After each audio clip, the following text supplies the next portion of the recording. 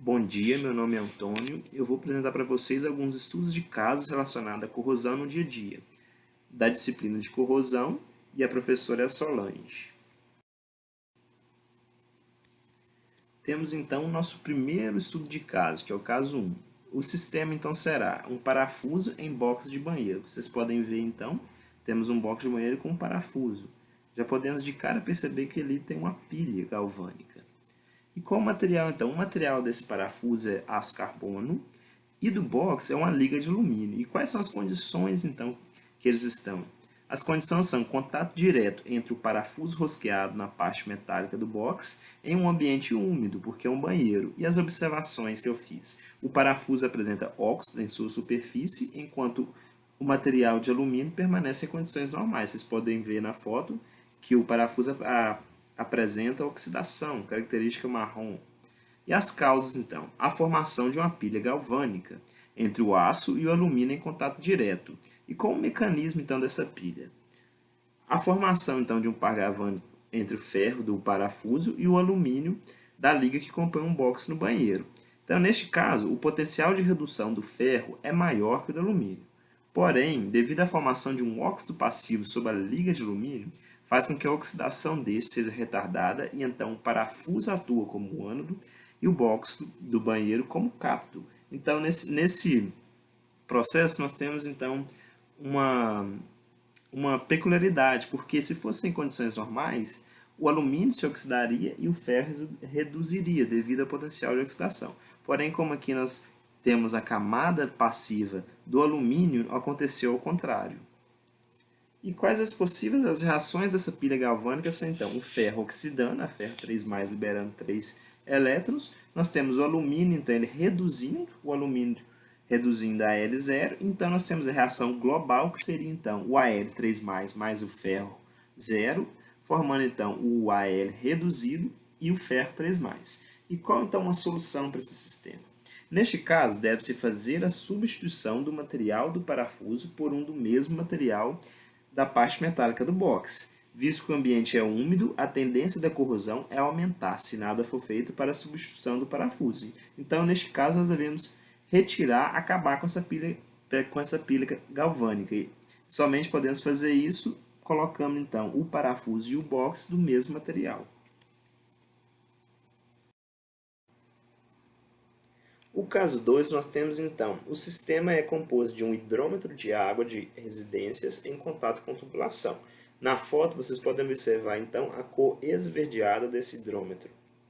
E qual o material? O material do hidrômetro é uma linha de cobre e da tubulação um aço galvanizado. Quais as condições então? A tubulação de aço galvanizado ligada ao hidrômetro de cobre. Ambos estão expostos a um ambiente atmosférico e com passagem de água por dentro desse sistema. E as observações feitas. O hidrômetro de cobre apresenta coloração esverdeada devido à formação da película conhecida como azinhavre ou verdete, também conhecido como zinhavre. Essa película é constituída de uma mistura de hidratos e carbonatos de cobre. E quais as possíveis causas, então? A formação de um par galvânico entre o cobre e o aço. E devido à ação direta de líquidos que passam no interior desse sistema, que é a água, e do ar atmosférico, que contém oxigênio, há então um favorecimento ao aparecimento dessa película esverdeada sobre o hidrômetro. E qual o mecanismo então de formação dessa película? A liga de cobre, quando exposta ao ar, onde a presença de oxigênio e gás carbônico, e também na presença de água, vagarosamente se oxida, surgindo uma pátina de cor característica azul esverdeada. E a reação de formação, então, dessa pátina de cor azul esverdeada, então, é o cobre sólido reagindo com o oxigênio, com o gás carbônico e com a água, que dá esse composto que é denominado zinhavre. E uma solução, então. Como a liga de cobre já está tomada pelo óxido, o ideal é a troca do hidrômetro por um material plástico, onde não haverá formação desse óxido, que é nocivo à saúde humana. Esse zinhavre é nocivo à saúde humana. Então, pode-se também isolar essa tubulação para que a mesa não esteja em contato direto com o ar atmosférico, porque esse ar atmosférico acelera esse processo de oxidação, esse processo de formação dessa pátina. No caso 3, nós temos então, Estruturas metálicas utilizadas como monumentos ou para isolação nas áreas da cidade de Ipatinga. Na primeira foto, então, nós temos um monumento e na segunda nós temos como se fosse um muro, só que esse muro é feito desse metal. E o material, então, tanto o monumento como o muro de separação, é feito, então, de um aço que é denominado aço patinável. E quais as condições, então? Ambas as estruturas estão expostas em condições atmosféricas da cidade, onde há forte incidência de sol, calor e chuvas em períodos chuvosos. E quais as observações, então? As estruturas apresentam-se sob cor amarronzada, característica da ferrugem. Vocês podem ver na foto, então, que ambas estão em cor marrom. E esse tipo de aço é denominado aço cortem ou patinável e possui pequenas quantidades de cobre e fósforo e é caracterizado como aço de baixa liga. Ele é 3 vezes mais resistente à corrosão atmosférica em relação ao aço comum. E uma curiosidade sobre esse aço é que ele foi introduzido no desenvolvimento da cidade de Patinga com a chegada das siderúrgicas em Minas, sob estudos de viabilidade deste em estruturas que fazem parte da cidade. Então a siderúrgica produziu esse tipo de aço para se utilizar em diversas partes da cidade, como por exemplo um muro feito desse aço, como o da foto. Para quem conhece Patinga, vocês podem perceber que aqui na cidade, diversas partes da cidade tem muros feitos desse aço, que é o aço patinável, e também vários monumentos desse tipo de aço. E quais as causas, então? A ferrugem de cor amarronzada, que se nota em toda a superfície dessas estruturas, é processo de reação entre o aço em contato com o ar atmosférico e a umidade das chuvas. E qual o mecanismo, então, que acontece nesse aço? O aço patinável gera como produto da corrosão uma película de óxido de cor avermelhada aderente e protetora, denominado pátina. Esta reduz a velocidade de ataque dos agentes corrosivos que fazem presente no meio ambiente da cidade de Patinga. E essa classe de aço desenvolve nos primeiros estágios de oxidação películas mais espessas, com uma posição diferenciada das películas formadas em aços tradicionais, como a composição. Então, qual seria a solução? Neste caso, o aço foi justamente projetado para este fim de se oxidar, formar uma película protetora e desacelerar o processo corrosivo. Porém, em alguns casos, deve-se fazer aplicação de tintas por jateamento a fim de revestir as estruturas metálicas. Então, como solução nesse caso, realmente não tem uma solução, porque esse aço foi desenvolvido para ficar daquela cor, para ele fazer, então, formar essa película protetora que é a pátina e assim, então, desacelerar esse processo de oxidação.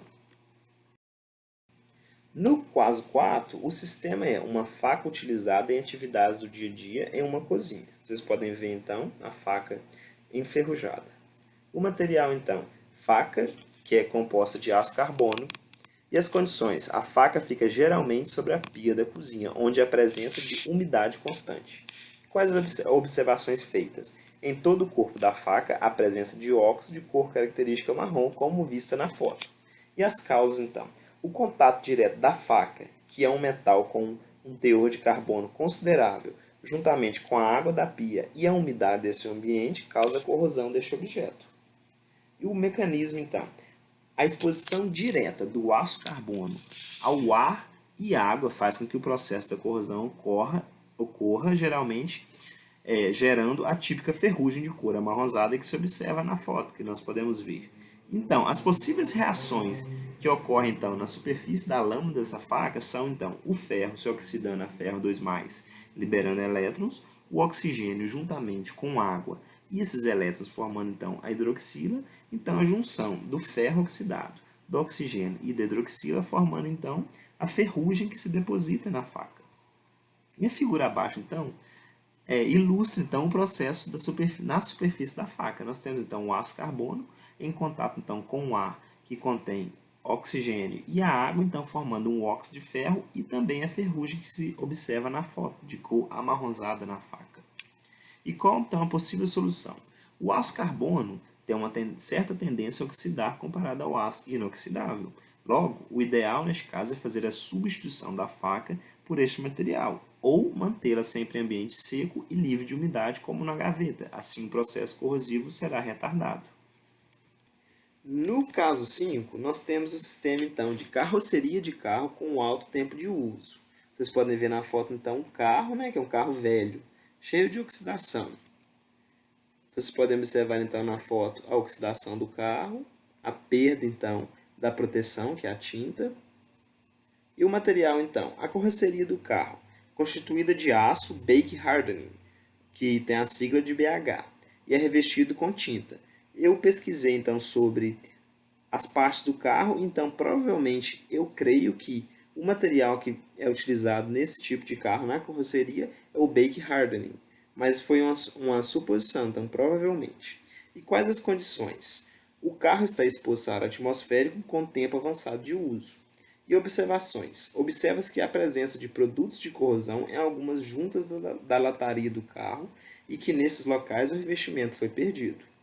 Esse tipo de aço, que é o bake hardening, permite alcançar níveis de resistência mais altos em peças acabadas e é resultante de um processo de envelhecimento controlado, ligado à presença de carbono e ou nitrogênio em solução sólida. E quais estão as causas? Com o alto tempo de uso do automóvel, parte da tinta de revestimento foi se perdendo e em contato com o ar atmosférico e umidade formou-se o óxido de ferro observado nas imagens que tem cor característica amarronzada. Qual o mecanismo então? O ferro exposto à atmosfera, após a perda de sua proteção, se oxida possivelmente pelas seguintes reações. Nós temos então o ferro se oxidando a ferro 3+, liberando elétrons, o oxigênio, a água e juntamente com esses elétrons forma então a hidroxila, então a junção do ferro, do oxigênio e da água, forma então o hidróxido de ferro, que é a ferrugem que se observa na foto. E qual a solução então? Como a superfície metálica já está oxidada, deve-se utilizar um dos processos de preparação para o revestimento, como, por exemplo, lixar a superfície e após aplicar a nova camada de tinta, a fim de proteger e evitar que o processo corrosivo continue. O caso 6. O sistema é uma caçamba metálica de lixo com os pontos de solda em seu redor. Podemos observar então na foto a soldagem e bastante corrosão em torno. O material, a caçamba é feito de aço carbono. As condições, caçamba em contato diretamente com o ambiente atmosférico sem a proteção, entre a parte soldada e a caçamba. As observações, é observado corrosão entre as junções da solda e também a presença de respingos de solda em volta da área soldada. Quais as causas então? Houve um preparo de superfície soldada de forma ineficiente, pois a presença de respingos da solda juntamente às junções onde se foi aplicada a soldagem. E qual a solução? Deve-se retirar todos os respingos remanescentes da soldagem. Para isso se utiliza um método de martelamento ou jateamento abrasivo. Após, aplica-se um revestimento na área, como uma tinta, por exemplo. No caso 7, nós temos o seguinte sistema: portão de aço carbono com ponto de soldagem. Vocês podem observar então na foto a soldagem e juntamente com a corrosão em volta. Material: o portão é feito de aço carbono revestido com tinta. As condições: portão exposto a condições atmosféricas normais em uma residência domiciliar. Quais as observações feitas? Há uma não uniformidade na soldagem, como falhas no cordão da solda e respingos de diferentes tamanhos na junção da solda. Há também formação de óxido de ferro nessas áreas, que a gente observa a cor do óxido amarronzada. E qual o mecanismo? Devido à descontinuidade da soldagem, pode-se ter ocorrido corrosão por frestas, sob a influência da possível reação química. Nós temos o ferro, então, juntamente com o oxigênio e N moléculas de água, formando então o óxido de ferro N hidratado, que é a ferrugem. A solução então, aplicação de solda continuamente e uniforme, assim como a raspagem de qualquer respingo de solda. Também, posteriormente, podemos então aplicar uma camada de tinta. No caso 8, nós temos o seguinte sistema: um porta-shampoo em banheiro sanitário. O material, então. O porta-shampoo é constituído de aço carbono revestido com uma tinta espessa. E as condições? O objeto se localiza em ambientes sob umidade constante e também vapores quentes de água liberados ao ambiente durante o banho.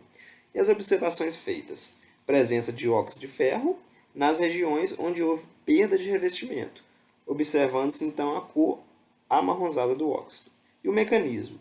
Sob presença de oxigênio e água, devido ao ambiente úmido do banheiro, o ferro metálico pode ter reagido com os componentes, possivelmente pela seguinte reação. Nós temos então o ferro novamente junto com o oxigênio e a água formando então a ferrugem, o hidróxido de ferro. E uma solução, o lixamento da peça metálica e a aplicação de uma nova camada de tinta para isolar o contato direto do material ao ambiente do banheiro. No caso 9, nós temos o sistema então, uma cadeira utilizada em cozinha. Vocês podem observar a corrosão em torno da solda. O material, cadeira, aço carbono revestido em tinta acrílica com presença de pontos de soldagem. As condições, a cadeira está localizada em ambiente de cozinha domiciliar. Observações, perda do revestimento em torno do ponto de soldagem e presença de respingos de soldagem, assim como do óxido de ferro. A solução, como na maioria dos processos de corrosão encontrados em estruturas com soldagem, recomenda-se utilizar-se de processos mecânicos, como o lixamento de qualquer respingo de solda. Isso tem a finalidade de deixar a junção o mais uniforme possível e, posteriormente, a aplicação da tinta de revestimento. No último caso, o caso 10, nós temos então o sistema porta-sabonete parafusado em banheiro sanitário. Vocês podem observar então pela imagem o parafuso, que justamente formou então a pilha galvânica. O material então, porta-sabonete é um aço inox e o parafuso aço carbono. E as condições? O sistema se encontra em ambiente úmido, característico de um banheiro domiciliar. Observações: formação de um óxido marrom avermelhado poroso no parafuso em contato com aço inoxidável. O mecanismo: aqui temos dois aços que têm em sua maior parte o ferro como principal constituinte. Porém, no caso do aço inoxidável, a formação de um óxido passível, espesso, que protege esse da corrosão acentuada. Já no caso do parafuso, que é feito de aço carbono comum, não há formação desta película protetora. Logo, temos uma pilha galvânica, em que o aço carbono comum se oxida enquanto o aço inox reduz.